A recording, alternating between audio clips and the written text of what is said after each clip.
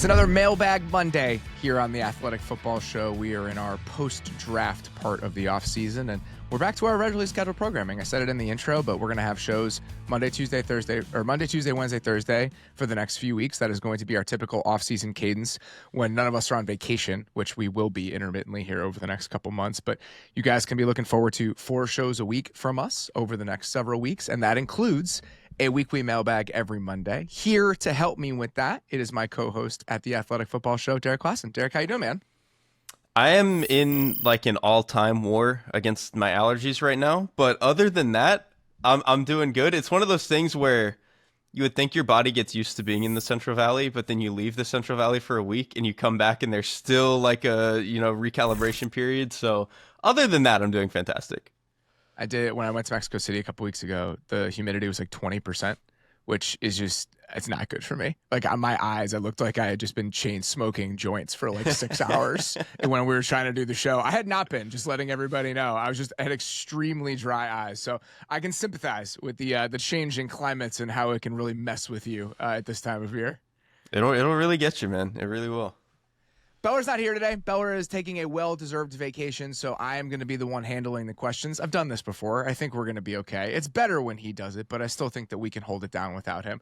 Let's get right to it. You know what? Before we get right to it, I said this yesterday. I'm going to say it again. I said it on Twitter.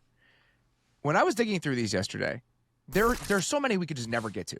And there's so many good ones we could just never get to. I had conversations recently with a couple people who do other podcasts, and they were like, how many mailbag questions do you typically get? And I was like, I don't know, around 50. And they're like, 50?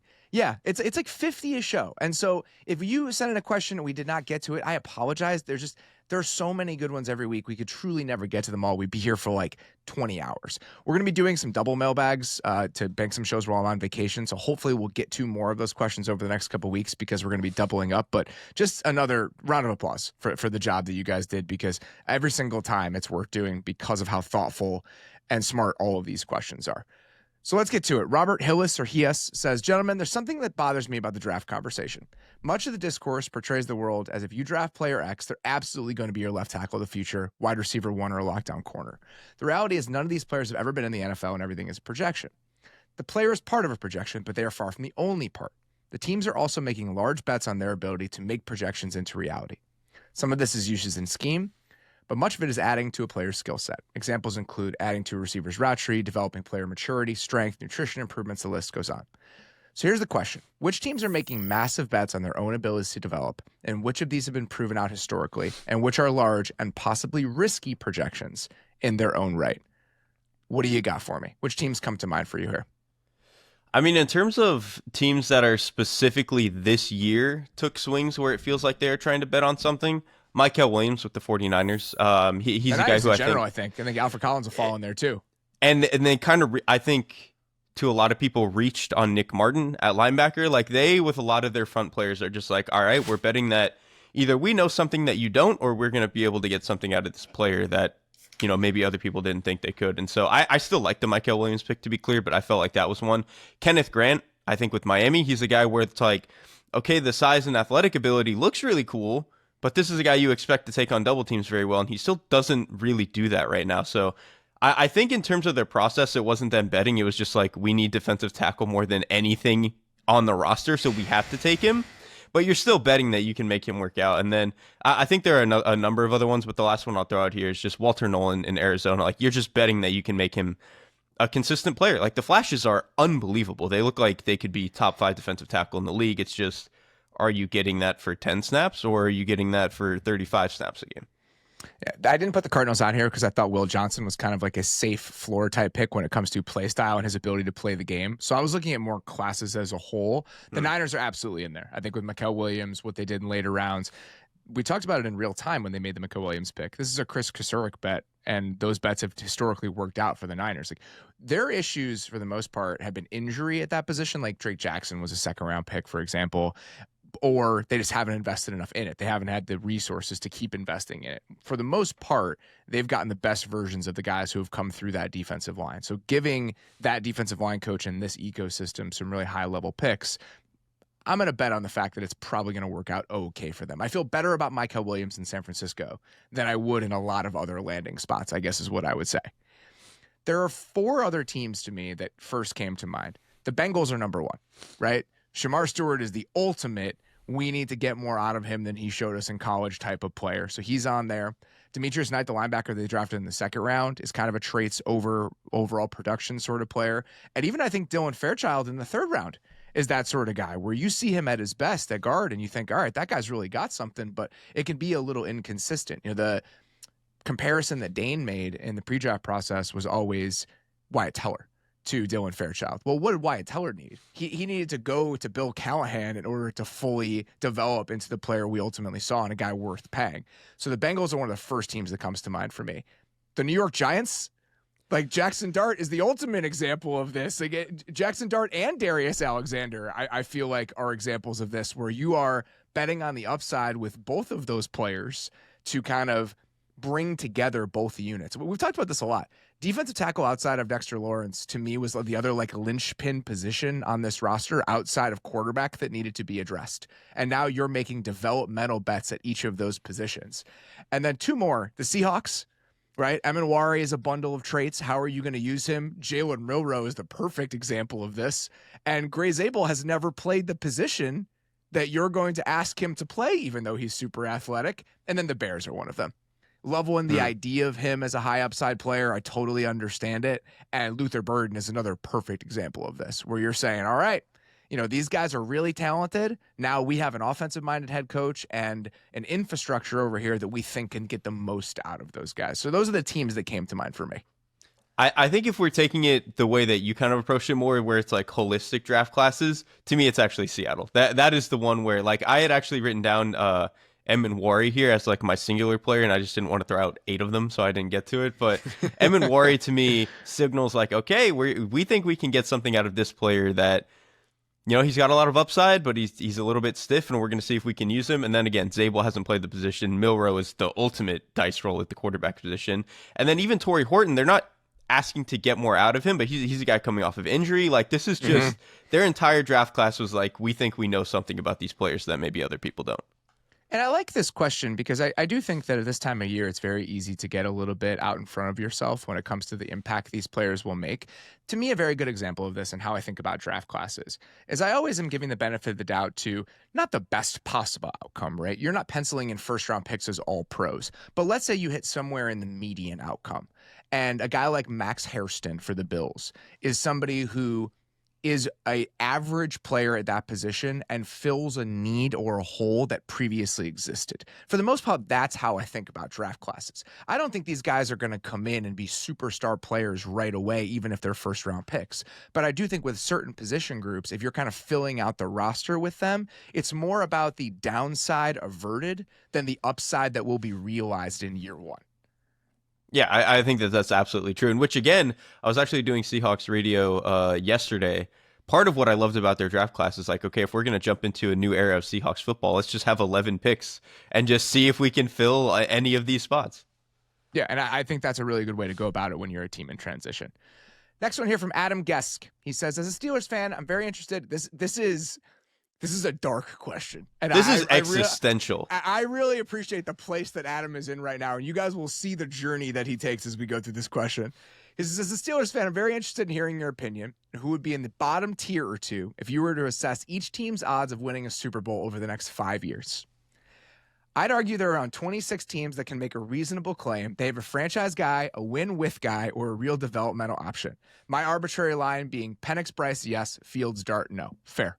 Of the remaining teams, the Steelers, Jets, Browns, Saints, Colts, and Giants, you could argue the Colts and Giants have a guy that could become a guy, and the Saints and Browns both have very believable paths to a top 1 to 3 pick. It seems the Steelers and the Jets stand alone as teams that don't have a realistic shot of winning the Super Bowl or getting a top 5 pick. The Jets, on the other hand, have new blood and generally seem more willing to make a big move next year to get a guy, either via the draft or a big trade for an established vet. So his final question here is, are the Steelers the least likely team in all of football to win a Super Bowl in the next 5 years? There's a lot of stuff to chew on here before I get to your answer. 5 years is a long time. Right, like NFL. We might have 20 new coaches by then. Yes. So 5 years is a long time. I think 3 is probably like a more realistic way to answer this question. But even if we did 5, I think there are a couple teams that come to mind, maybe along with the Steelers. Where did you land on this?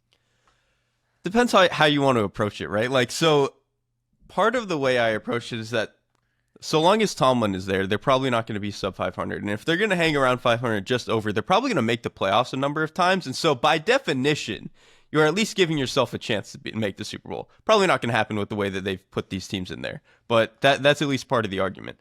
To me, where I would feel the worst about the Steelers right now is not that you don't have a quarterback, because I think some of the, quarterback in development teams that we've thrown in here are pretty generous. Like teams like the Vikings, like I think that's super generous compared to what the Steelers have. Like it's not a different tier of quarterback and stuff and quarterback situation to me. It's an unrealized road though, right? It's something right, where but at least the possibility is there.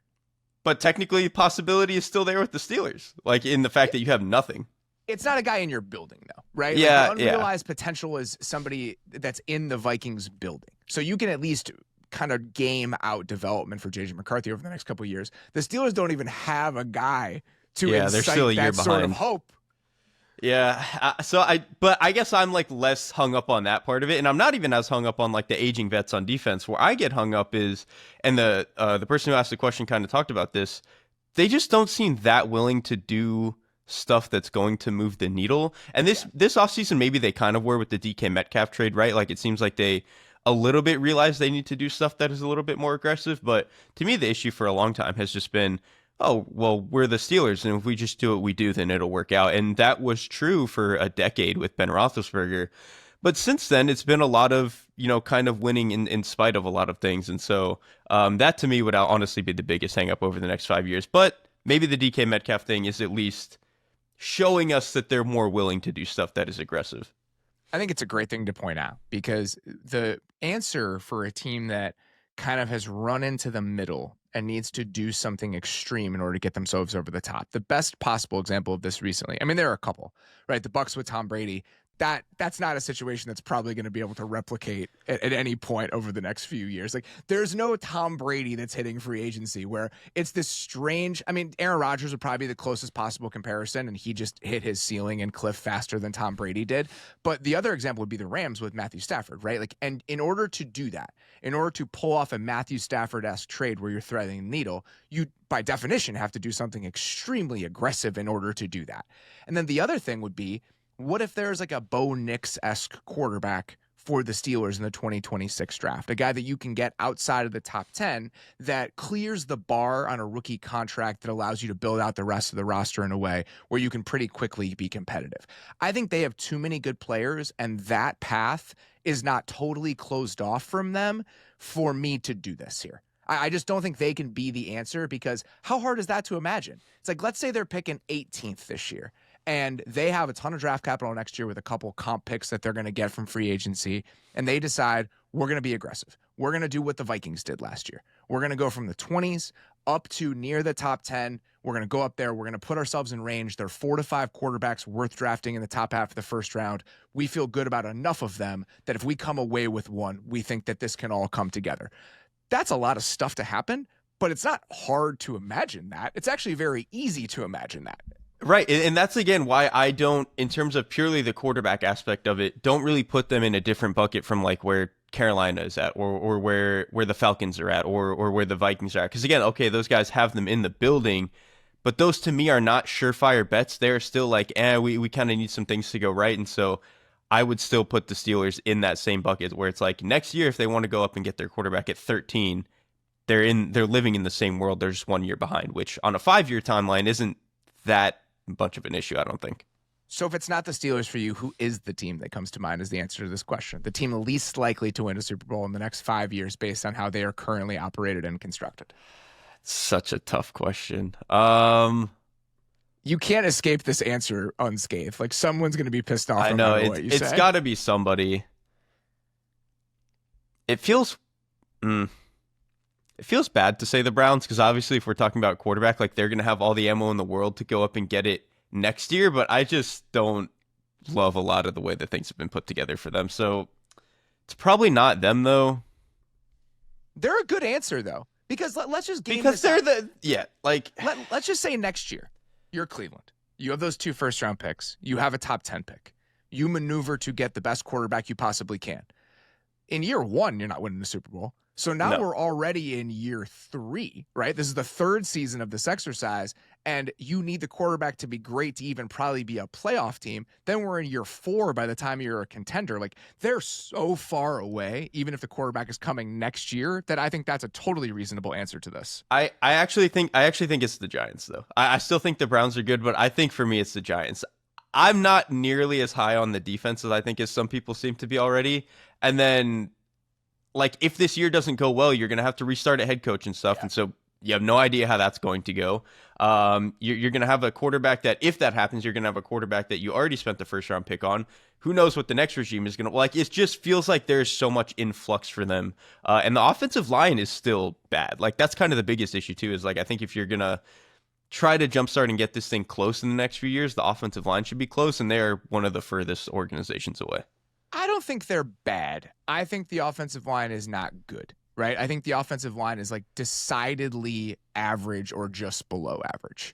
And that's when you don't have other real strengths of your offense other than Malik Neighbors. It's hard to do a lot of damage with that sort of offensive line. Like, you need truly elite play elsewhere if you're going to be a great offense with that sort of offensive line. You need like the weapons that the Bengals have, or the quarterback that the Bengals have, and they just don't have that. And so I think that the pathways to them being a really good offense, even if Jackson Dart somewhat works out, are still probably narrower than Giants fans would like them to be. I think the Giants are a good answer for this reason, because similar to what you said, like, to me, the worst case scenario for the Giants is if you were looking at something like the Will Levis era, right? And Will Levis played right away for the Titans. So, and let's say Jackson Dart plays the second half of this year. This group gets fired, right? You have another group come in next year. You still probably have to stick with Jackson Dart based on what you gave up to go get him. That's now 2 years. Let's say you're bad enough to even get a good quarterback the same way that the Titans were this year. That's year 3. Then you get to year 4 by the time that quarterback is even going to be ready to make you a competitor, and we're almost 5 years in. So that's why I think that one is tough, and I think the Colts are in a somewhat similar situation, right? So if Anthony Richardson doesn't work out and then this group gets fired, now you're in year 1 of a new regime next year. Do you have a pathway to a quarterback? There's just a lot of potential change there. I think the Raiders are a decent answer to this, because I think the Geno thing, even if it's going to make them competitive, by the time the rest of the roster is ready to have you be a real contender, I'm not sure Geno's still going to be clicking at the level you need to be to get you to a Super Bowl place, right? Their best case scenario is the Alex Smith path of this, where they probably need to upgrade over Geno by the time the roster is ready for them to get over the top like 3 years from now. That's a fine path to take, but I don't think it's going to bring them to a Super Bowl in the next 5 years. And the other one that I'd mention, because I just don't think they're willing to do what it takes, is the Cowboys. Like, I think the Cowboys are in this conversation to me. Like, I just don't understand why they're that much different than a team like the Steelers, in the sense they have the quarterback, which is obviously a huge part of this, but they're another team that has just really shown us over and over again that they're not willing to do what is necessary in order to get themselves over the top. So in terms of how they approach it, I totally agree. I think they just draft too well. For them to That's be fair. in this conversation. The quarterback is too good, like, and they draft too well is a totally reasonable answer. The bar is just too high for the bottom to fall out. But like, in terms of, if we were to reframe it in terms of like teams that are good but least likely to actually get over the hump, it probably is the Cowboys, because of everything that you just said. But I feel like they're too close to consistently being good to mark them here. The Panthers are probably another team you could throw out, but like, I don't know. I believe enough in the flashes that Bryce showed last year that like there's a potential path if things go really right for them in the draft and free agency over the next couple of years as they work on a rookie quarterback contract. It's still narrow, but I still think it is at least conceivable as you have like a 2 to 3 year outlook. I think I'm more in like the Panthers are fun to talk about relative to what they were a year ago, but I don't know if I think they're like good. You're probably right about that. You're probably right about that. And they're much more watchable than we expected them to be. Oh, they're way more watchable. I'll give them this that, time yes. last year. Let's get to our next one here. I'm going to let you answer this because I've talked about this in some way, shape, or form a ton over the last few years, whether it was with Nate, whether it was when Anthony Richardson was coming into the draft. But you've watched this position and studied it from prospects to the league for so long that I think you'd have an interesting perspective on it. Kate Fryman says, with the draft over, my mind has shifted to training camp, off-season program, and teams preparing for actual games. I'm finding it difficult to get terribly excited as a Colts fan because while drafting Tyler Warren is exciting, our season really all depends on what Anthony Richardson can do. That leads into my question. I made the mistake of posting on Twitter that while I think it's unlikely Richardson is able to drastically improve his accuracy, I really hope he's able to take the next step and become our franchise quarterback. What I wasn't expecting was the amount of individuals who were absolutely convinced he would easily be able to improve that part of his game, and I was insane for thinking that it was a difficult task. So, how easy is it really for a quarterback to improve their accuracy? Am I the crazy one for thinking the odds are not in the Colts' favor at this point in Richardson's career? Are there any examples of quarterbacks drastically improving their accuracy? I can only think of one prominent one, Joshua Patrick Allen, and he seems to be more of the exception to the rule. Thanks for considering. Love the show. What is your answer to this? There are examples. It is still very hard.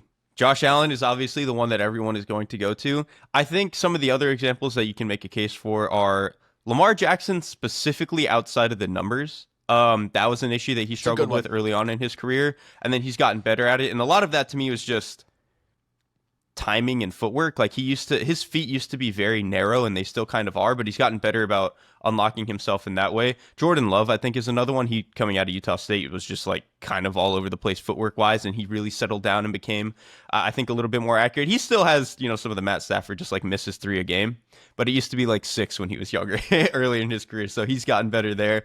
And then I think the other one that you could kind of make the case is like Cam Newton got a little bit more accurate, but not like into where Josh Allen got. He just got like from a little bit scattershot to where he could be functional in the short area, which he wasn't early in his career. But it is still there. There aren't as many examples as you want. And I would say accuracy gets tricky because I think you can miss by purely just not throwing the ball well. And I think you can also miss by just not playing the game fast. And the player I would bring up for this, and you're very familiar with him, is Justin Fields. Justin Fields, like if he knows where the ball is going and everything is clean, he's a very accurate passer. The problem is things just don't happen fast enough for him, so the ball is a little bit late. Window kind of closes on him. Even though he has the arm strength to fit it, he's just like mentally allowing things to close, and that's how you can be inaccurate. I think that's actually more of what we've seen from Richardson. Like he will just spray a ball, don't get me wrong, but I think what we've seen with Richardson is things are just, he's not getting the ball out quite as quickly as he needs to, and he's not as confident in it, and so the ball can spray. And so I think if he can speed himself up, get a little bit more confident, settle down his footwork a little bit, maybe he has a chance. But I do think he kind of is struggling with both, where he's a little bit of a 100-mile-an-hour thrower where he's just going to miss, and then he's also just hasn't had the game reps to speed himself up in the way that you want. We'll talk about this a lot this offseason. It's May 2nd. How you feeling about Anthony Richardson? Do you think this is possible? I think it's possible. I think the problem, and we ran into this with Trey Lance, which this was a player we knew was very young, didn't have a lot of reps coming out of college, and was going to need a lot of reps. He just hasn't gotten them because he can't stay on the field. And like we can say, games. He's thrown 348 passes in the NFL in 2 years. That's not a lot. And it's like, that's one of those things where, okay, if I could tell myself for a fact he's going to get the next 2 years fully healthy and he's going to be able to develop on the right plan, all that stuff, you could get me there with him in terms of him developing. But I just feel like the way that he gets banged up, the way that he plays, the way that he'll hold on to the ball, I just worry that we're ever going to get there with him. And so I think, again, for a guy that needed a very carefully put together development plan, he's just not. He hasn't gotten it to this point, and I don't know if he's ever going to get it with the way that he continues to get banged up. Here's my copium. Maybe I'm rationalizing this take. If I were trying to find the silver lining, if I were a Colts fan, he needs so much work. And last year he was coming into the offseason hurt. And so you'd hope that this offseason, he's doing the work. I mean, he's working with Will Hewitt and all those guys who work with Brock Purdy. It's not like he's not trying to work on this stuff. He absolutely is. It's the same stuff that Josh Allen did. I mean, all of the biomechanical stuff that Josh Allen was doing early in his career, Anthony Richardson's working with the same guys. And so having a full offseason where he's not rehabbing the shoulder at all and can really dig into this, maybe there's enough work to be done where he can get there. People are going to look at Josh Allen and they're just going to misremember what the first couple years of Josh Allen's career looked like. Josh Allen's first year was all over the place. It was all over the place. It was one of the more bizarre NFL offenses I could ever remember watching, with him and Robert Foster. And it was all just huge chunks down the field or absolutely nothing. And then in year 2, it was the opposite. They could not throw the ball down the field in 2019 in Buffalo. His numbers on 20-plus air yard throws were very bad. it was a very methodical process for him to get from point A to point B to point C. There's a very good chance that that is a unicorn story that no longer applies to anyone else who plays the position, but it took him a while to get there, and Anthony Richardson has played far fewer games than Josh Allen. So I still think the path is there. I think it's just starting to close pretty darn quickly.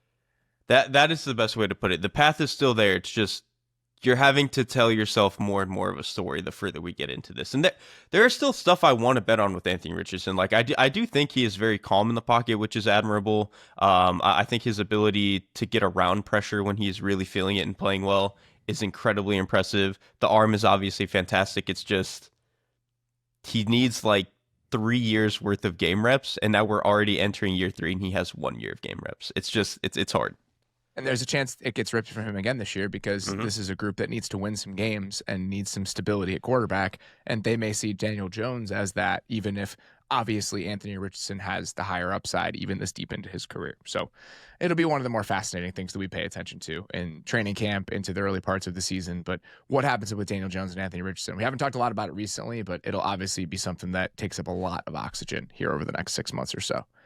Next one, Philip Goad says, another great year of draft coverage, guys. My question is, with all of the strange picks and trades that have happened all time, what moment do you think would have been the most fun to be doing a draft show with Dane live? 2 instantly that pop to my mind are the Ricky Williams trade or the Laramie Tunsil drop. What do you have for this? I have a couple. I tried to limit it to like drafts that have happened since I started covering the league or like was in sports media. It's like the last 15 years. I didn't want to go all the way back just because it'd be hard to track, but I had a couple moments that came to mind. Were there any for you? I mean, the Tunsil one is obvious. Like that one really is, I think, far and away the funniest one that we could have gotten. I had 2 other ones. One a little bit more recent, and one yet you do have to go back a while.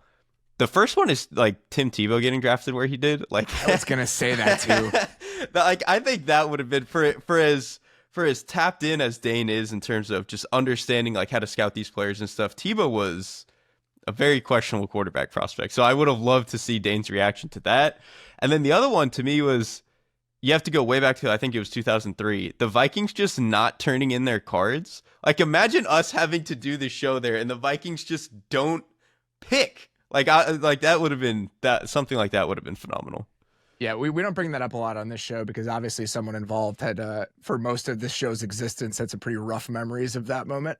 But I do think that would have been a very good one. I was at the draft for the Tunsil thing. So I'm sitting there. Oh my gosh. In the auditorium theater at Roosevelt University where they held the draft in Chicago for a couple of years. And I was working at the Ringer at the time and we were like trying to figure out what was happening because all you could do is just look at social media. Being live for that sort of moment would have been absolutely insane. So that one's up there. The Julio trade. Like imagine in that moment if you're watching that and like the Falcons just show up there and they draft Julio Jones. Like that's one of the biggest swings we've seen in I can't even remember how long.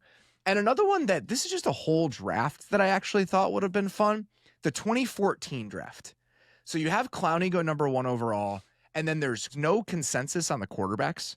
Right, so Bortles went 3, but there were so many quarterbacks in that draft, and so you have Teddy Bridgewater go later, you have Derek Carr go later. Johnny Manziel was a first-round pick in that draft. That was the Aaron Donald draft, and Aaron Donald was like, that's the best player in the draft. Like from the moment I watched him, and so him going 13, and like what that slide looked like, there was a lot of interesting players in that draft. So for whatever reason, that one really came to mind. But the Tunsil move and then the Julio trade are probably the singular moments that I think would have been really enjoyable. I think the Julio, really good one. The Julio one is perfect though, because I feel like a lot of the ones we just said are just like kind of oh no bad moments. Where the Julio one is like, that's the coolest thing I've ever seen. They just went up and got the receiver that looks and plays like a robot. Like that one would have been a really fun one, I think. Next one here, Kev Trueblood says, hey guys, with the Vikings taking Ward and hoping him to be the new franchise guy, my mind keeps going to Will Levis, wondering where he's going to end up. Will the Titans try to flip him for pennies on the dollar like the Bears did with Fields? Do they have him holding a clipboard as a backup until he walks in free agency? Surely there are concerns about locker room vibes and mentorship if somebody in that position sticks around.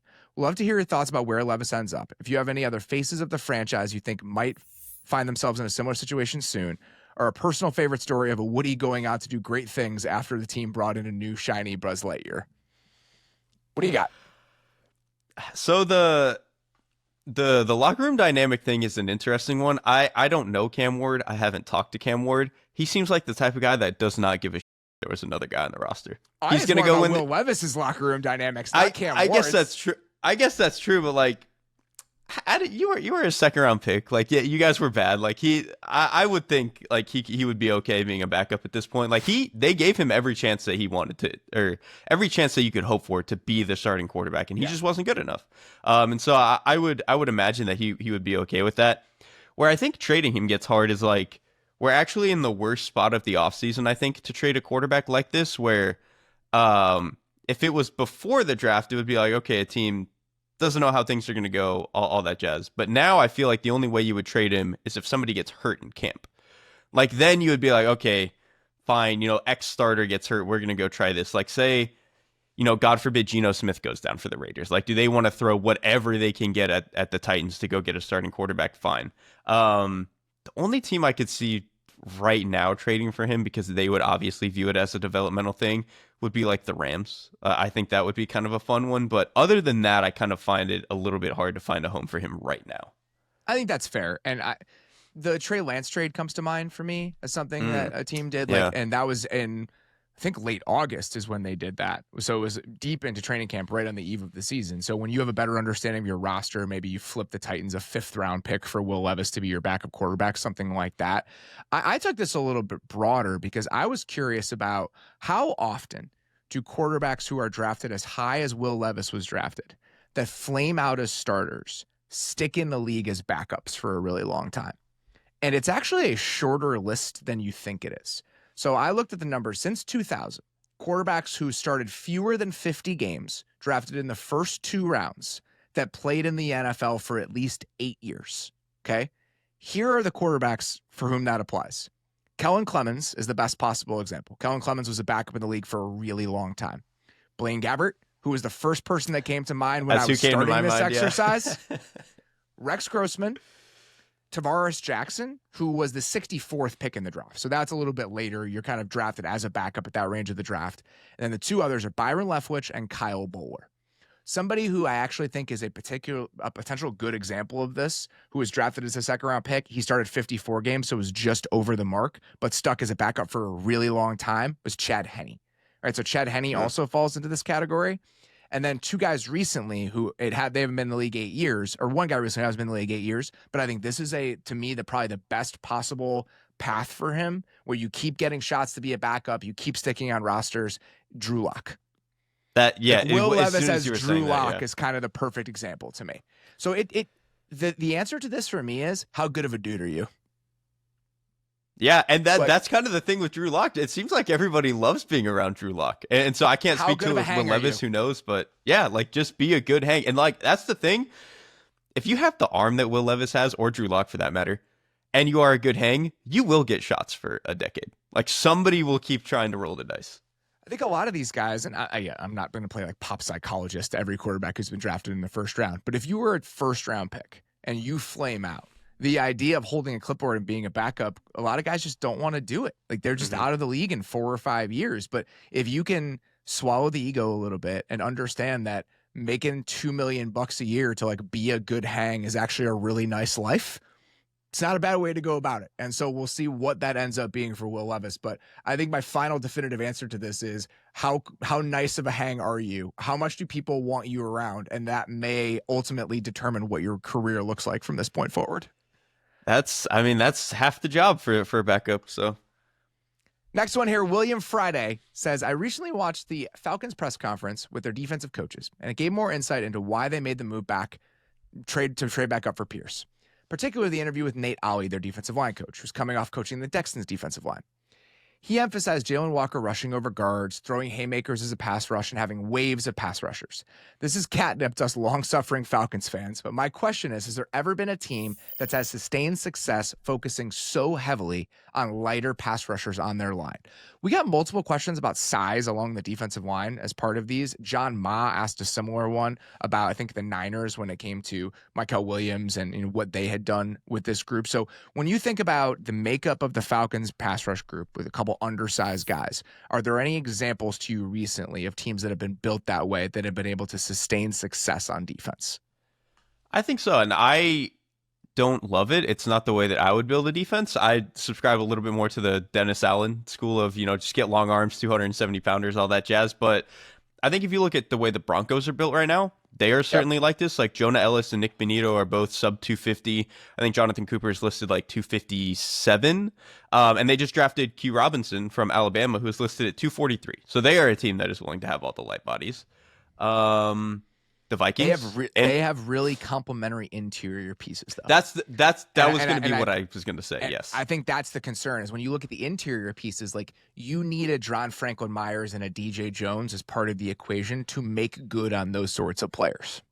You need big somewhere. So if you're going to be small on the edge, you need big somewhere else. And the Patriots actually kind of did this in a different way, where like they would have some of these like. Especially recently, some of these weirder, undersized edge rushers. But it was when they had Donta Hightower, Juwan Bentley, like linebackers who were going to hit. And then they obviously had big defensive tackles. But another team for me was the Vikings are built this way. Andrew Van Ginkel and Dallas Turner are small. Jonathan Grenard is like right at 260, which isn't small, but it's not 280. And then I went back a little bit and tried to find some other teams that were like this. The 2021 Panthers had Brian Burns and Hassan Reddick. They combined for 20 sacks, so that was pretty good. And then 2015, you had Von Miller, who was like kind of an outlier in terms of being that good at that size. But then they also had Shaq Barrett, who was like 6'2", 250, not very big. They also had DeMarcus Ware, who was bigger, but still in terms of like pass rush size, probably on the smaller end. And that was one of the best defenses we'd ever seen. So I don't know if this is the way that I would build a pass rushing room, but like there are examples of if you want to build it this way, it can work. Even with those Broncos teams, though, my first response would be they had Derek Wolfe and Malik Jackson. Yeah, right? Like they had interior guys. You need the big somewhere. Such a huge part of the lifting, and we've talked about this a lot. I've kind of come around on this where I think the speed guys, there's just fewer ways they can win, and that's what concerns me about it. And even if you look at the guys who are undersized, so I just looked last 20 years under 250 most sacks in a season. What does that list look like individually for players? And the guys who are on that list, almost all of them are more sawed-off dudes who are just absolute leverage monsters. Robert Mathis, Elvis Dumerville, Alex Highsmith, James Harrison, Joey Porter, Will Anderson is even kind of like this to me, where he's a little bit shorter. He plays with a ton of power. So you can be lighter if you are a little bit shorter, your body composition is a little bit more sturdy, and you can play with that sort of power. Guys like Brian Burns and Benito, they almost feel like exceptions to the rule. And again, Benito is really good this year on a sack level basis. He's a fun player, but there's a lot of cleanup sacks in there. His pressure numbers aren't overwhelming. He's kind of a piece of a whole rather than an ace pass rusher. So to go give up what they did for James Pierce with his body type, I just think you're asking a lot of those kinds of guys. And even a guy like Micah Parsons, right? Like Micah Parsons is under 250. Micah Parsons and Von Miller are like all-time movement freaks of nature. When you watch Micah Parsons play, the balance and flexibility with both of those players, they're in a completely different conversation. Like you could count on one hand the players who move like Micah Parsons and Von Miller that have come into the league over the last 10 years. And I just don't think James Pierce and even Jalen Walker are those guys most likely. And pound for pound, Micah Parsons is one of the strongest players in the league. Like he's a smaller guy, but pound for pound, that's why I've said this before. Him and Myles Garrett are fascinating because Myles Garrett moves way better than 280 should move.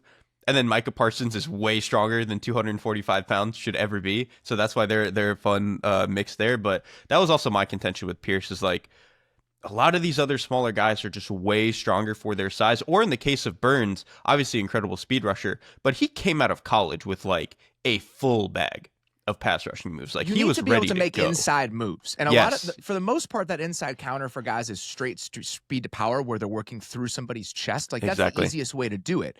But if you have an inside counter where if somebody's going to overset you, you can make them pay, that's possible. Like there are guys who can do that, but there's aren't that many of them. And I think Burns is a potentially good example there. Like the spin move that he has, like he has enough counters to make good on having fewer threats beyond the speed. And I think that's just harder to do. Yeah, that's such a great point. Whereas the guy with like Pierce, it might be until year two or year three where we see some of that. I think overall, the way that I've started to think about just the way that you build a pass rush room and why I want more of these pocket pushers than these speed guys, I'm trying to figure out exactly why I've landed here. But I think part of it is how mobile quarterbacks have become, right? So if you are playing 15 years ago and you're one of these speedy, bendy rushers and you know where the quarterback is going to be, it's a little bit easier because if you get pushed by the quarterback, he's not going to be able to move, etc. Now the quarterbacks they can move so well in the pocket. I would rather condense the space rather than have a lot of speed off the edge where I'm bending to a specific point, because you're not really bending to a specific point anymore with half of the quarterbacks who are currently in the league. Like, they're not going to be at that spot. And so I think that's why I like these guys more in the modern NFL than I would have previously, because I just want to cut off the space and the pathway and make that quarterback feel uncomfortable because he can get himself out of trouble potentially in a way that quarterbacks 10 to 15 years ago probably couldn't. Right, and there's a predictability in being a bend and speed rusher. Like the point that you get around the tackle and get to the quarterback is going to be around the same spot. If you're more of a power rusher, can do some of the inside stuff, the exact point where the pressure is hitting and like where the guy's getting pushed into the quarterback's lap changes all the time, and that again is going to make the quarterback a little bit antsy, a little bit uneasy back there. Yeah, exactly. And I think and tackles makes tackles uneasy, right. Antsy and uneasy because they don't know what you're going to do. And so I think after hearing tackles talk about this, that's why I think have been so enthusiastic about coming to this conclusion, is that I think if you talk to offensive tackles about the differences between playing against a guy like Jared Verse and playing against a guy like Brian Burns, if you are playing against a guy like Brian Burns, you know that if you get to your spot and set up, you're probably going to be okay. If you're playing against Jared Verse, it doesn't matter if you're at your spot and set up because he could just put his left arm through your throat and get himself to the quarterback. And so those guys, unless you can play straight down the middle through somebody's chest, I just think that you're going to have a hard time against tackles in the NFL. And I think there have been a lot of recent examples of that. Even a guy like Danielle Hunter, right? Like, I went back last night and watched all of Danielle Hunter's sacks. Danielle Hunter's 265. Like, he's still a powerful player, even if we mostly conceive of him as like a weird Gumby type pass rusher. Cam Wake.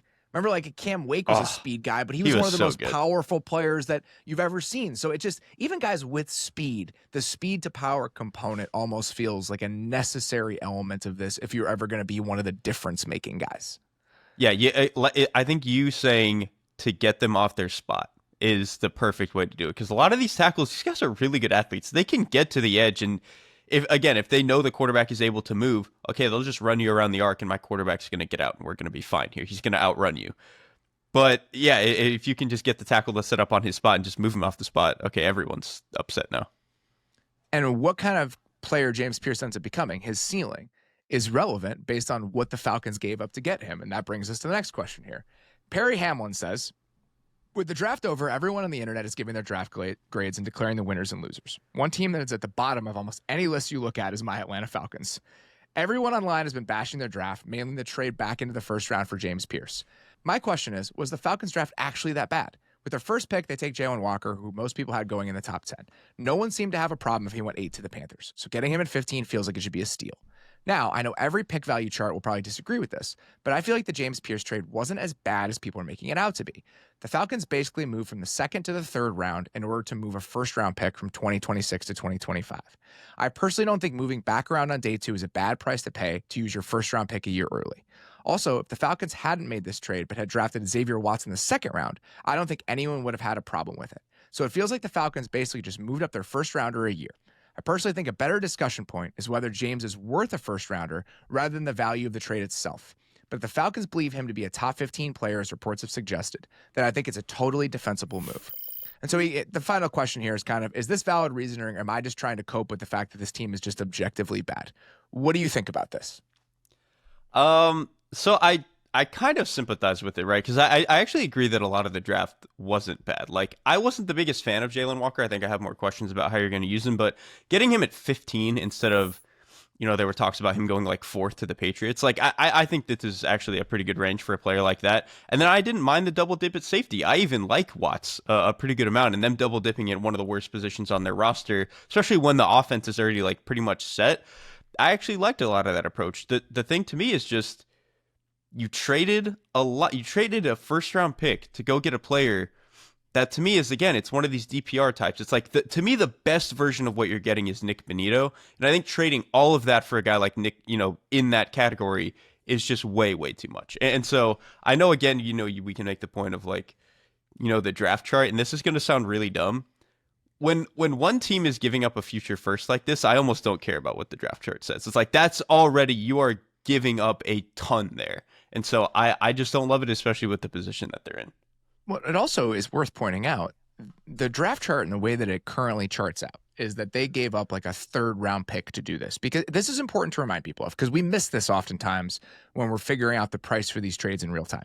They got a 3rd round pick back, right? So they got a 3rd round pick back and gave up a 1st round pick. If you look at the aggregate, according to modern charts, where the difference between a 1st round pick and a 3rd round pick is not as big as conventional wisdom would tell you that it is. The average here, if they end up with like the 16th pick in next year's draft, is that they gave up a 3rd round pick to move up for James Pierce. That's probably okay, right? Teams do that stuff all the time if James Pierce ends up becoming a good player. Here's the issue. You have no idea where that pick is going to end up. You have absolutely no idea.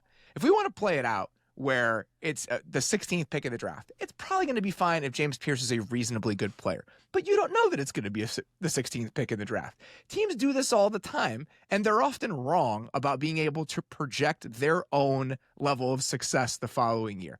2 perfect examples of this. The Broncos trade for Russell Wilson. They gave up multiple 1st-round picks in doing so.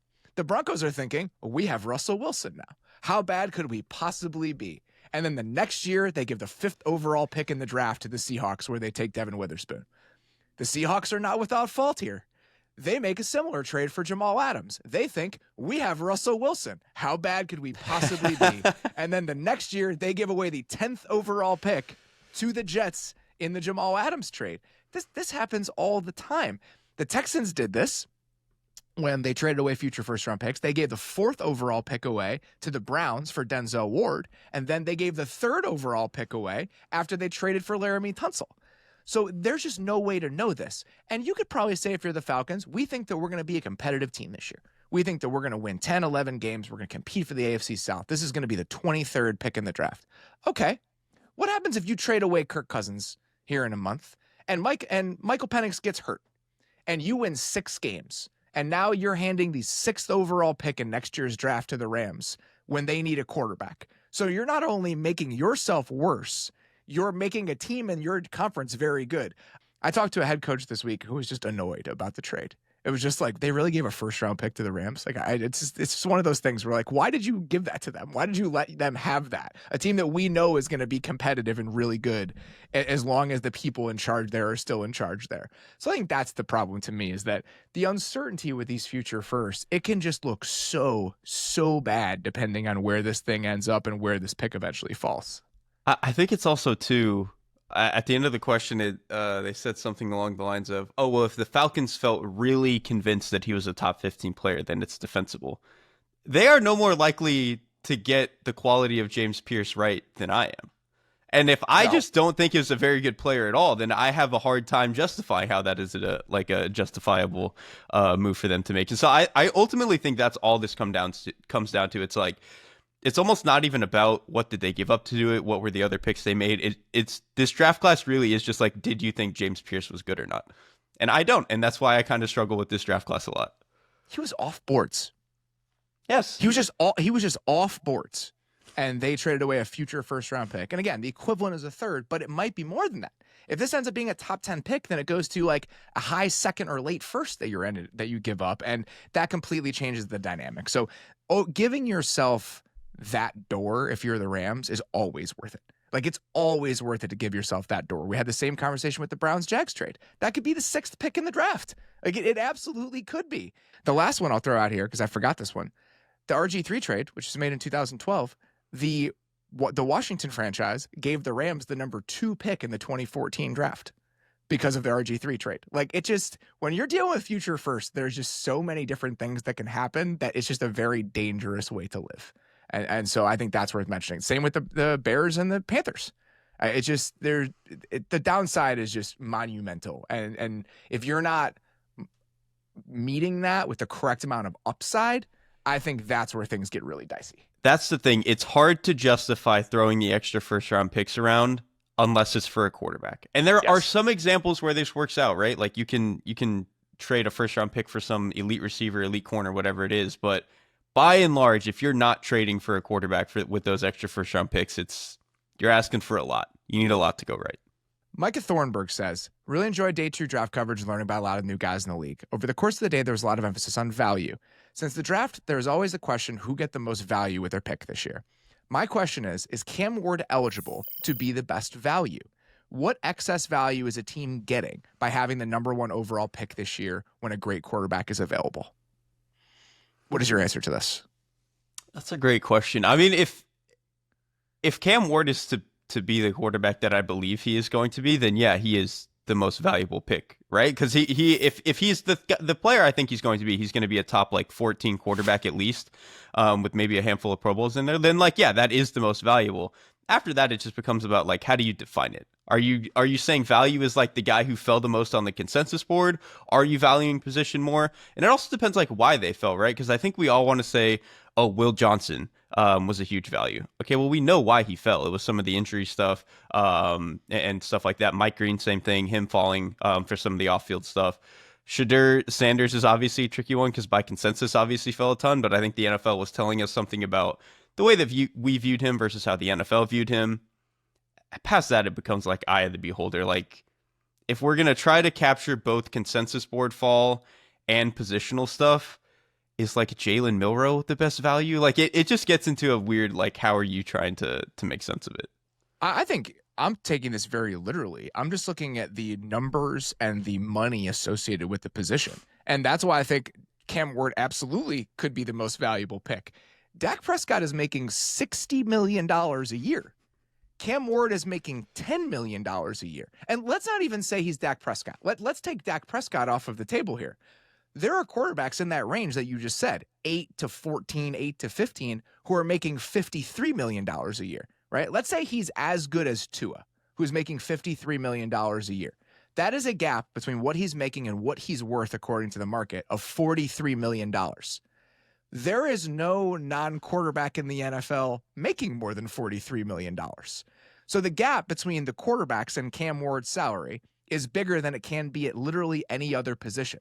That's the nature of premium positions. Like, that's why you draft them high in the draft, and that's why you're willing to give away picks for quarterbacks in ways you're not for other positions. Let's do it for another spot. Let's say Abdul Carter becomes Myles Garrett, okay?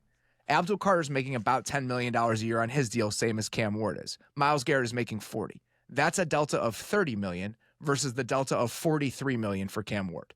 This is why you can draft quarterbacks number 1 overall and never even think about it or give away more picks to go get them, because the potential surplus that you are getting at the position is dramatically higher than at any other position, and it extends down into the middle class of your peers at that position. It's not just having to be Myles Garrett. If you're Jordan Love, you are getting a massive amount of savings. And so, yes, absolutely, Cam Ward can be the most valuable player drafted in this draft class without question.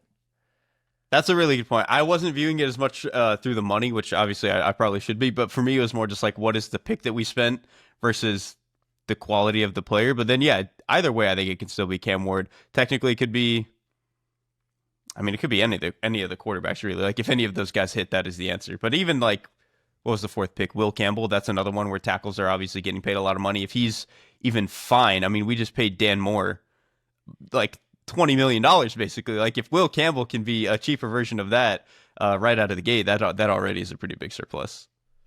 Let's get to our next one here. Sam Rapson says, does the 2025 draft signal a sea change in which positions are considered premium by the NFL?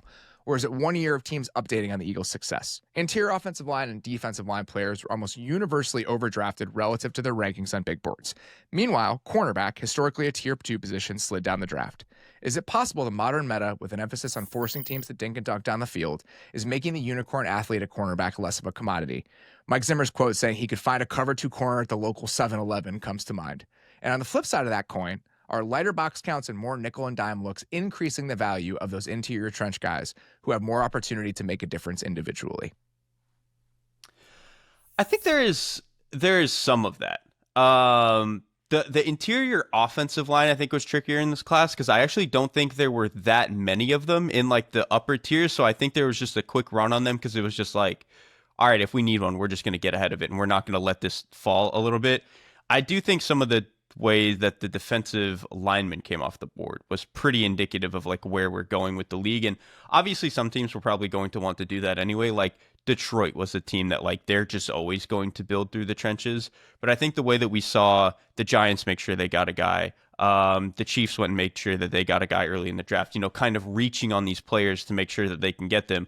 I do think that probably, if anything, is the signal of where we're going, is making sure that you have enough defensive interior players to me, because for such a long time we were obsessed on the edge where it was like, okay, you always need to replenish. You always need to have who's the next guy, who's our third and fourth guy. Do we have enough guys off the bench? I think we're seeing now you absolutely need that with defensive tackle. And like, you can find some role players in free agency, right? Like specifically the nose tackle who's going to give you 20 snaps. That is something you can find in free agency. But Bobby the guys Brown. with, yeah, right, the Bobby Browns, Ford. the Puna Fords, the Tyre Tarts, you can find those guys. It's a little bit harder to find the guys who can be like juice and to have some juice and have some actual building blocks. So I think we saw in this draft teams were very willing to go up and get them. The last thing I'll say with the corners, I don't think it's that having a unicorn cornerback is less of a commodity. I just don't think that there are very many of them. And so I think teams are just like, okay, if we don't think he's that caliber of guy, we're a little bit more willing to wait and just get guys that are like good with our scheme and let the front kind of handle a lot of things. I think unicorn corner means something different now because of the way that offenses are deploying their players. There was a time where if you lined up Darrelle Revis on one side of the field as an outside corner, because that's where Randy Moss was going to be, he was giving you immense value. Good luck trying to man somebody up on Justin Jefferson for an entire football game based on the ways they hide him, motions, stacks, bunches, lining him up in the slot. I think offenses are just making it so much easier on their receivers that saying the receiver to corner is like a one-to-one comparison. It's just not how it works anymore. It's less man coverage, and there are just less one-on-one opportunities like that outside of guys like, let's say, Patrick Surtain. Like, he's one of the only guys that can do that. Inside, outside, the demands on the position are just greater than they've ever been, if you're even a team that plays that level of man coverage, which there aren't a lot of them. The light box thing, I like that as like a galaxy brain type thought. I don't think teams are thinking that way. I think that you're reading too much into it. And sometimes that's the case. Like that happened this week when I was like going over drafts with certain teams. And I'll be like, oh, why'd you guys do this? And they're like, I love that you think we were thinking that way. It's not that complicated. So that point specifically, I think that's probably one step further than teams are actually conceiving of it. The last thing I'll say is I think that with the way that offenses are deployed and the way that corners are deployed, there has been a flip with how we think about corners and defensive tackles. I think the corners now are a floor position, not a ceiling position. It's a weak link system. It's about how bad is your worst corner, not how good is your best corner. At defensive line, the opposite has happened. Now, defensive tackle was a ceiling position because the defensive tackle can be the best player, the most impactful player on your entire defense because of what we talked about before. Like bendy edge rushers is a slightly different thing. Like your ability to affect the quarterback can happen from Chris Jones or Von Miller in a way that we didn't think it could 10 years ago. And so that's, to me, is the other one where defensive tackles can singularly affect the game by themselves in a way that corners no longer can. And that's why I think that it's flipped a little bit in how we value those positions.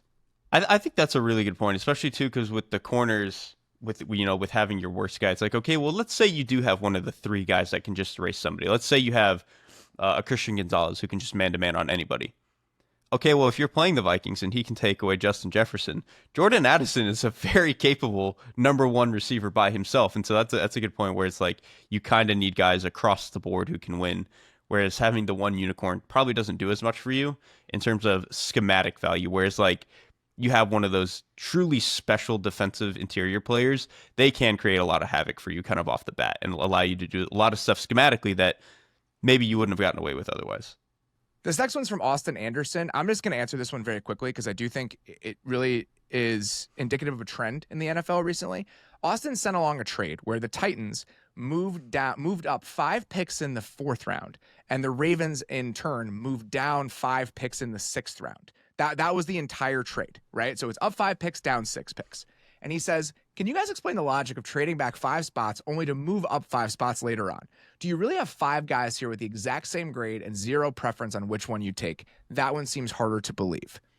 So this is, I think, really a good example of the way that teams are thinking about draft trades now as more organizations have become analytically minded. I joked about it in real time, but there was a crazy Broncos-Panthers trade. You guys can go look at it if you want to, from day 3, where it was day 2, where the Panthers moved up for Scorton.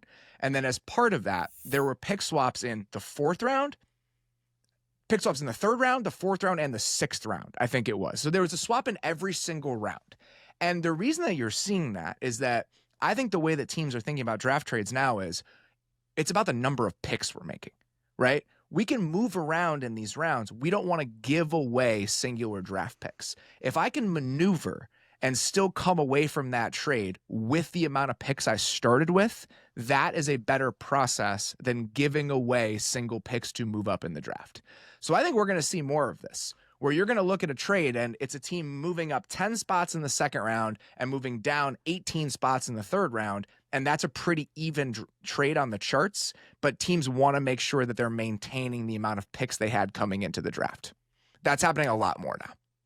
Especially at that range. Like, that is the range where you want to have as many dart throws as possible, because after the top 70, that's kind of all that you're really doing anyway. And that's why I actually do think teams probably do have guys who are graded very, very close to each other within 5 picks, and they could take any of them. Because after like the top 100, it's a lot of guys that they're mostly grading as like priority free agents, or we had a 3rd round grade on this guy, but we knew he fell because of X, Y, and Z injury and stuff. And so you're kind of grading him that way. So like, I actually do believe once you get into these 5th round picks and stuff where the difference of 10 slots, it's like, yeah, they probably do have another guy lined up that they would feel perfectly comfortable taking there. You're getting into like coach pet projects and stuff at that point of the draft.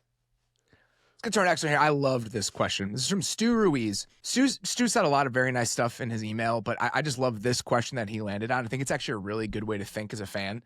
He said, now on to my real question. What do I make of this Washington football team pivot? He didn't say Washington football team. From a long-term rebuild to a win-now mindset. I understand the strategy. Ignore the pitfalls of expensive free agents and instead load up on veterans at key positions while preserving premium draft picks. But our meager haul of players this draft drove home to me just how risky this play can be. The roster is sneaky mediocre, with nearly every position group needing an upgrade and not nearly enough picks over this year and next to fill out the connective tissue you refer to. Add on to that, our first 2 vet acquisitions are almost certainly past their prime, underwhelmed last year, and are injury prone. It seems that going all in with a few options available, we've instead limited our growth potential going into the back half of Jaden Daniels' rookie contract. After the overperformance last season, and Jaden Daniels already playing like a clear-cut 5th best quarterback in the league, I understand the urgency as a process, but are the results where they should be?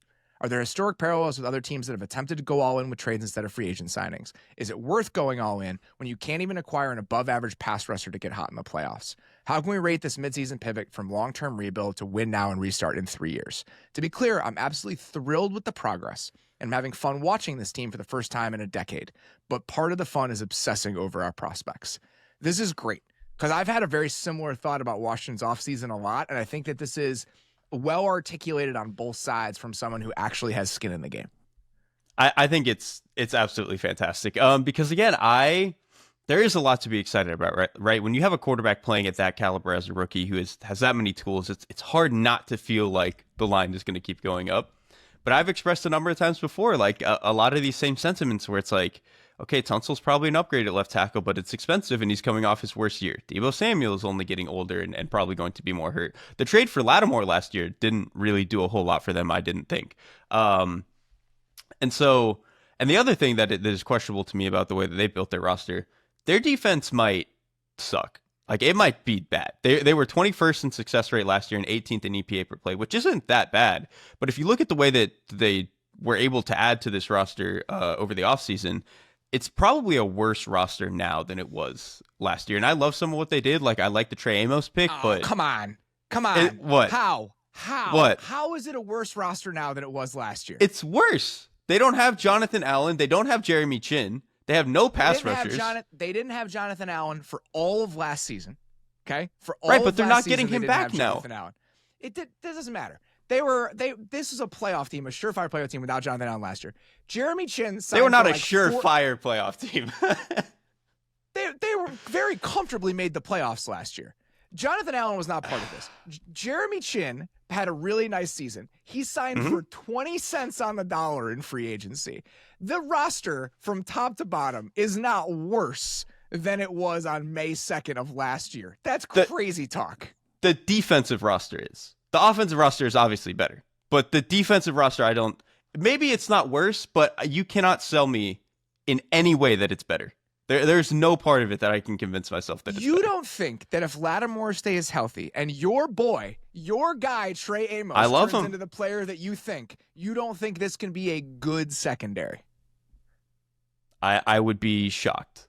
I think the safety room is not good enough, and I think you're asking for a lot of things to go right for that corner room to work out the way that it's going to. I want to be clear about this. I'm not bullish on Washington's defense. I just think saying that the roster is worse now than it was last year, when you can make a serious argument that they had the worst defensive roster talent-wise in the league, is a lot to say. I just don't think the front has enough talent. Like that's really all it comes down to. I just don't think they're talented enough. I don't disagree with that. So here is I think you would look at this two ways. I'm going to start with the optimistic way of looking at it. This comment from Stu that the roster is sneaky mediocre, I think there are elements of it that absolutely need more reinforcements, the defensive front being the best possible example. What they've done this offseason is, I think, show you what their intentions are.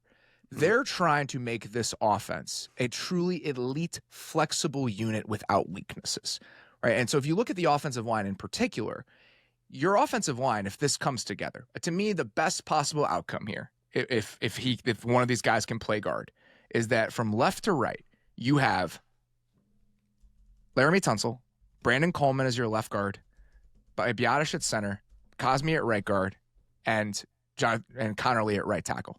If those guys all hit and Coleman makes good and can play guard for you a little bit based on how powerful he is, that has a chance to be an excellent offensive line, an offensive line that can dictate the way the games in your season go.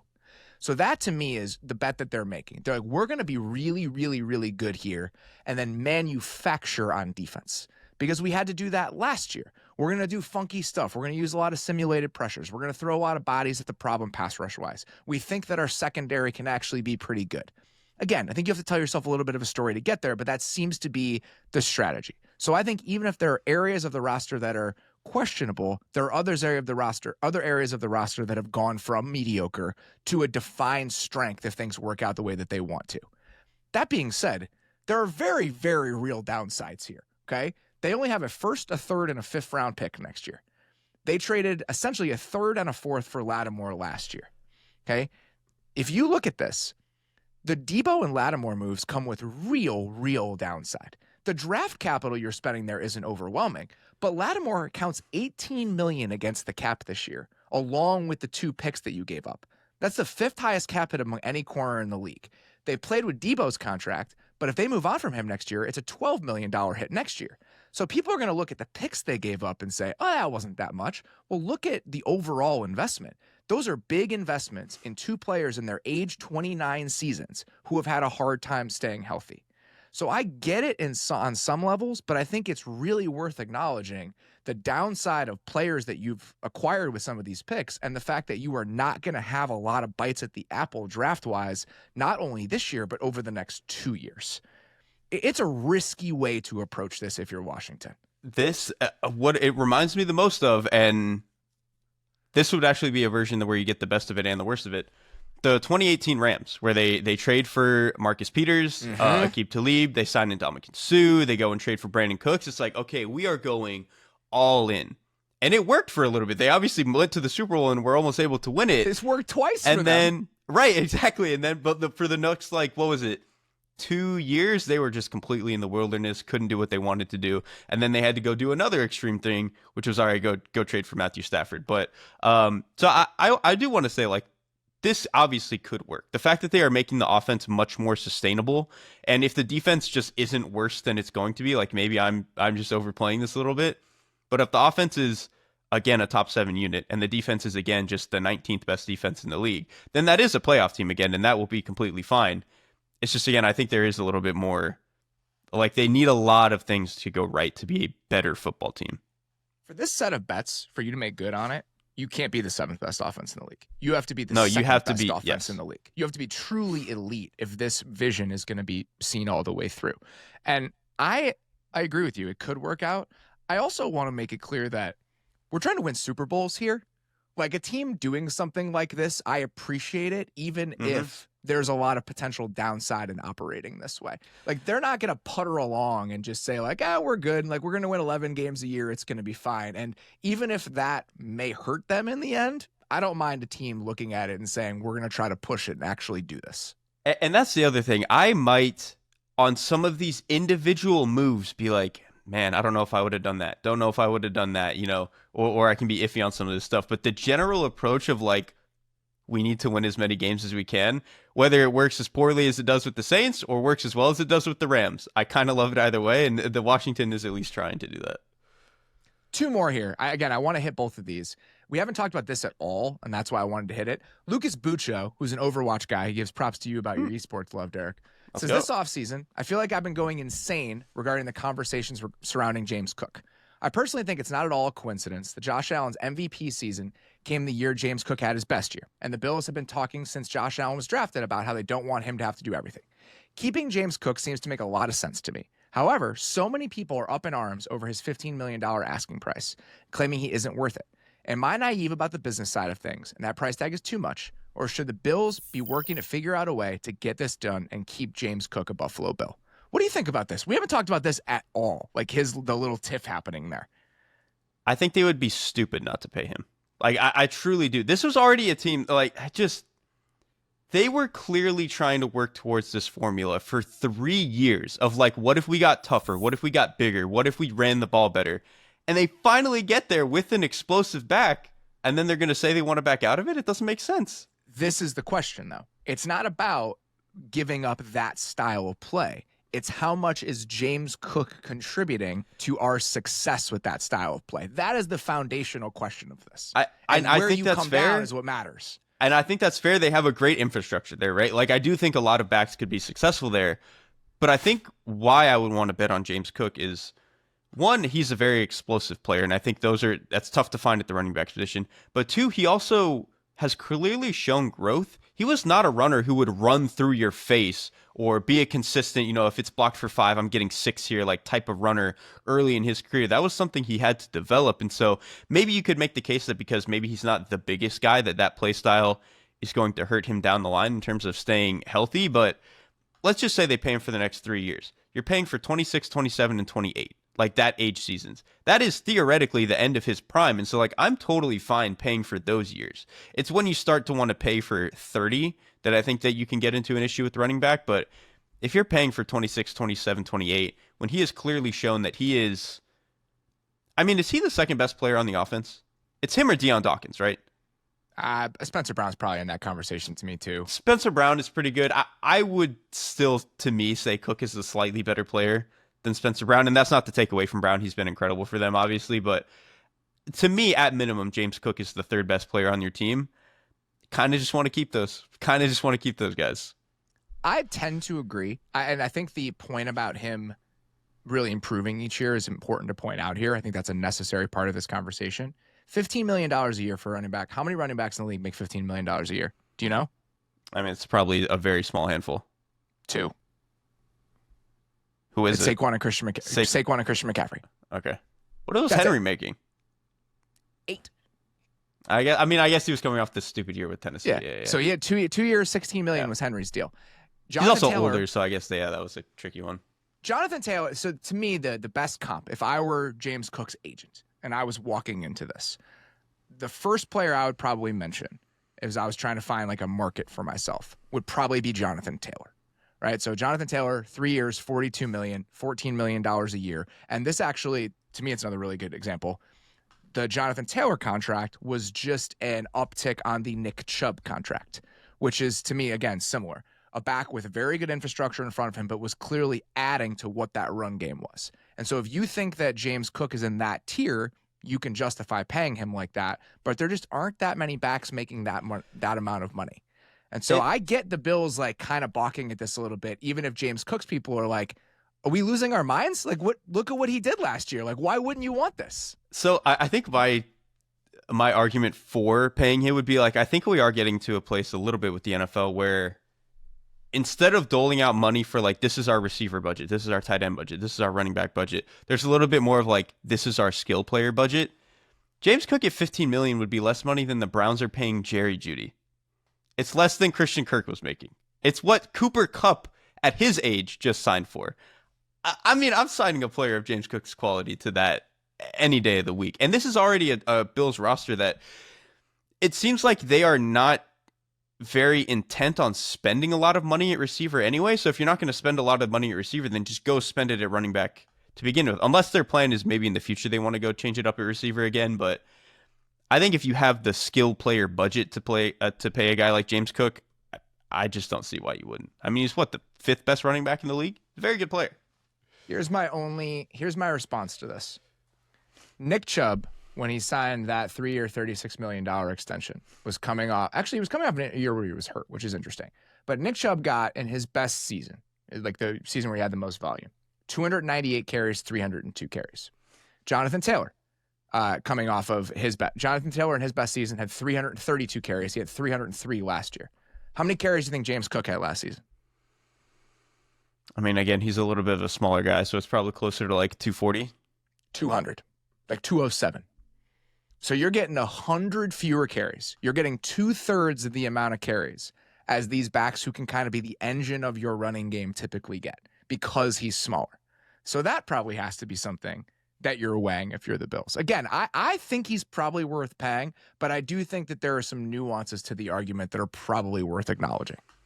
I think that's probably fair because I guess when I usually conceive of guys that I want to pay, it's like, are you a 3-down player?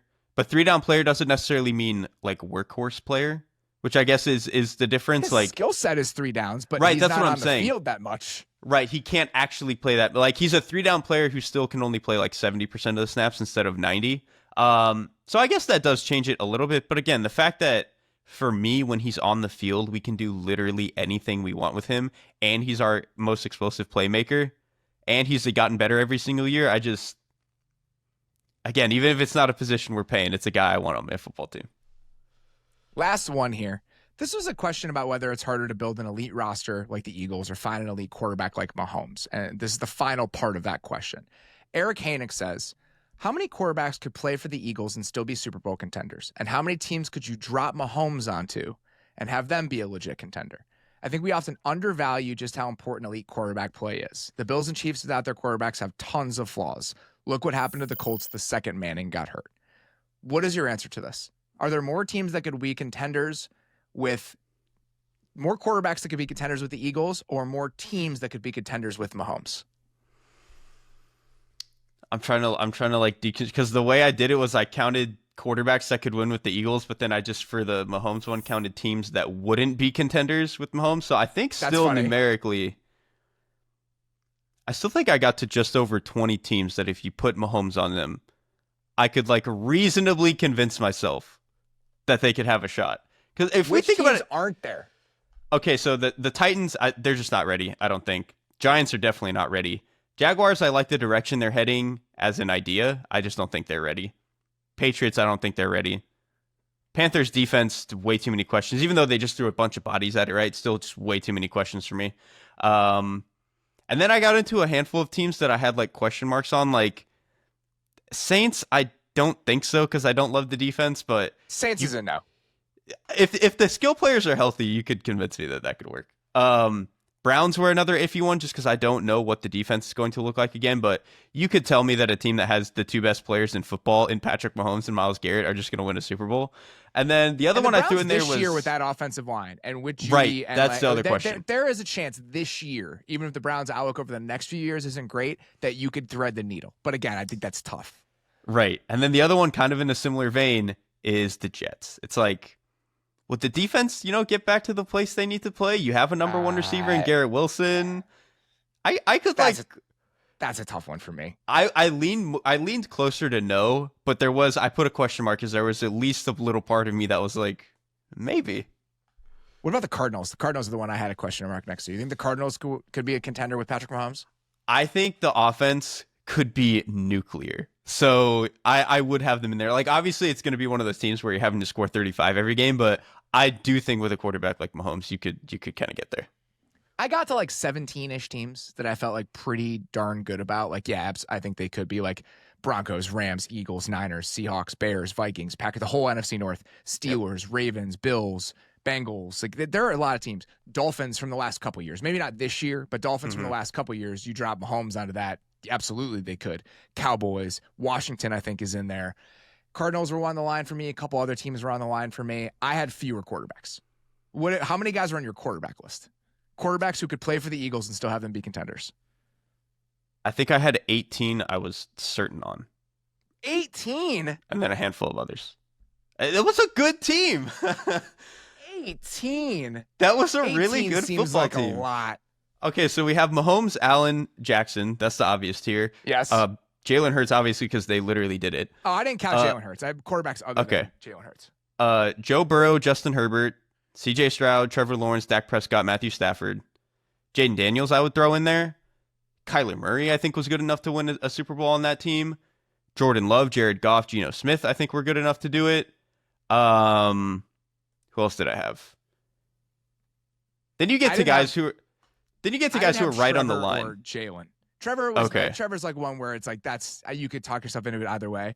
I think outside of Jalen, I have 14 guys based on the success their teams have had recently that I would feel really good about. Mahomes, Allen, Lamar, Burrow, Herbert, Dak, C.J. Stroud, Jaden Daniels, Geno. I think Geno is that's going to be one people would take issue with. Geno's skill set is kind of similar to Jalen Hurts, except he's better. One of the best things he does is throw the go ball, and that's all they want to do. Kyler, I think Kyler's in there. Purdy, Goff, yeah, I had Love, Purdy. Stafford. Those are the 14 guys I had. And then I think Lawrence is probably on the line. So it's probably fewer quarterbacks than it is teams. I had Mayfield like on the line. I think you could convince me that like Mayfield That's could do it. actually kind of a fun one. That's actually kind of a fun one.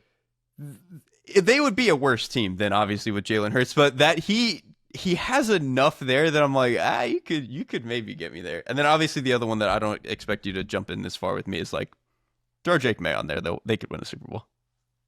Yeah, I'm not doing that. I'm absolutely not doing that. I'm not even sure I'm doing it with Trevor Lawrence. It is close, and I do think it is a testament to like how ridiculous the team is that the Eagles built. This isn't to diminish Jalen Hurts. Like he played so well in the Super Bowl, and I thought he had some really good. He played his best playoffs. ball in the postseason. He was incredible. Yes, he really did. But I think that I do feel pretty good about most of the names on that list. The offense would have to look a little bit different for guys who can't run like Jalen Hurts can, but Jalen Hurts running, again, that was more of a postseason thing than it was. His scrambling was huge for this team this year, but the design runs in the regular season were not nearly as impactful or as important to the offense as they had been in years past. So I think there are certain skill set differences with a lot of the guys on this list, but I think in the aggregate, I do feel good about those 14 guys. So I think it's pretty close. It was pretty close. It's always tricky though, because the Mahomes one is just like, you could always convince yourself that you're just like one little thing away. Like just give him one thing, because this last Chiefs roster was not that good and they made it. So, and I honestly think you just dismissed the Giants out of hand. I think the Giants with Mahomes would actually be like a really competitive team. I don't know. I can't get there with the offensive line yet. I just can't do it. I need to see a little bit more from them. What is your issue with the Giants offensive line? Like what is your problem with this? They have one good player. Last year. They have one good. They have one guy I am sure is good. It's almost like the Raiders thing where it's like, okay, they have a decent amount of guys who maybe aren't catastrophic that they have to be playing there, but it's just not a lot of guys who are moving the needle for me outside of obviously Andrew Thomas, who when he's healthy is phenomenal. I think that the 2023 season and the post Andrew Thomas injury are looming larger in your brain about what that group looks like than they actually are if they're fully healthy. Right? Like, I'm not excited about Greg Van Roten or Jermaine Illuminor, but I do think they clear a certain bar of competency where they're like all together when healthy, they could be like the 20th best offensive line in the league. But that's the thing. If we're saying if everything goes right, they can be the 20th best, that means they're probably bad because a lot of things aren't going to go well. To me, it's more health. I say everything going right, it's more about health. I don't know. I still, a line where best case scenario is 20th. I just can't get excited about. But you keep saying and like treating it as just like a given that it's a bad offensive line. And I want to push back a little bit on that. I don't think it's a good offensive line, but I don't think it's like so demonstrably bad that it's going to hold them back in like the best case outcomes this year. That's what I'll say. That's fair. I think for me, and this is maybe just a completely separate show in the question. If I had to like really run through the team's like worst offensive lines, I think it would definitely be in the single digits of teams before I got to the Giants. And so that to me is just not a good offensive line. All right. Well, we'll have plenty of time to argue about this over the course of the rest of the offseason. It's a long mailbag. We had a lot of good questions. I wanted to get to those ones at the end, so I sometimes we'll just chop them off, but I knew we had some good ones waiting for us. So hopefully you guys stuck around. As always, sincerely appreciate the questions. We'll be doing this over the next few weeks. Again, we'll be banking a couple mailbags for when I'm on vacation, so they will be a consistent part of your feed here for the entirety of the offseason, even when I am, in some far-flung place. We will be back on our regular offseason cadence this week, Monday, Tuesday, Wednesday, Thursday. We'll be doing that for the next several weeks, so just be on the lookout for that. Still have plenty of stuff coming your way. We're going to recap every NFL offseason at some point over the next month or so. We did that last year. It's a very fun exercise, and got a couple other offseason staples hopefully coming your guys' way over the next few weeks. For now, that is all we got. Sincerely appreciate you guys listening. We'll talk to you soon. Thanks for watching The Athletic Football Show. Subscribe to the channel to keep up with us. Like and comment on this video, and we'll see you next time.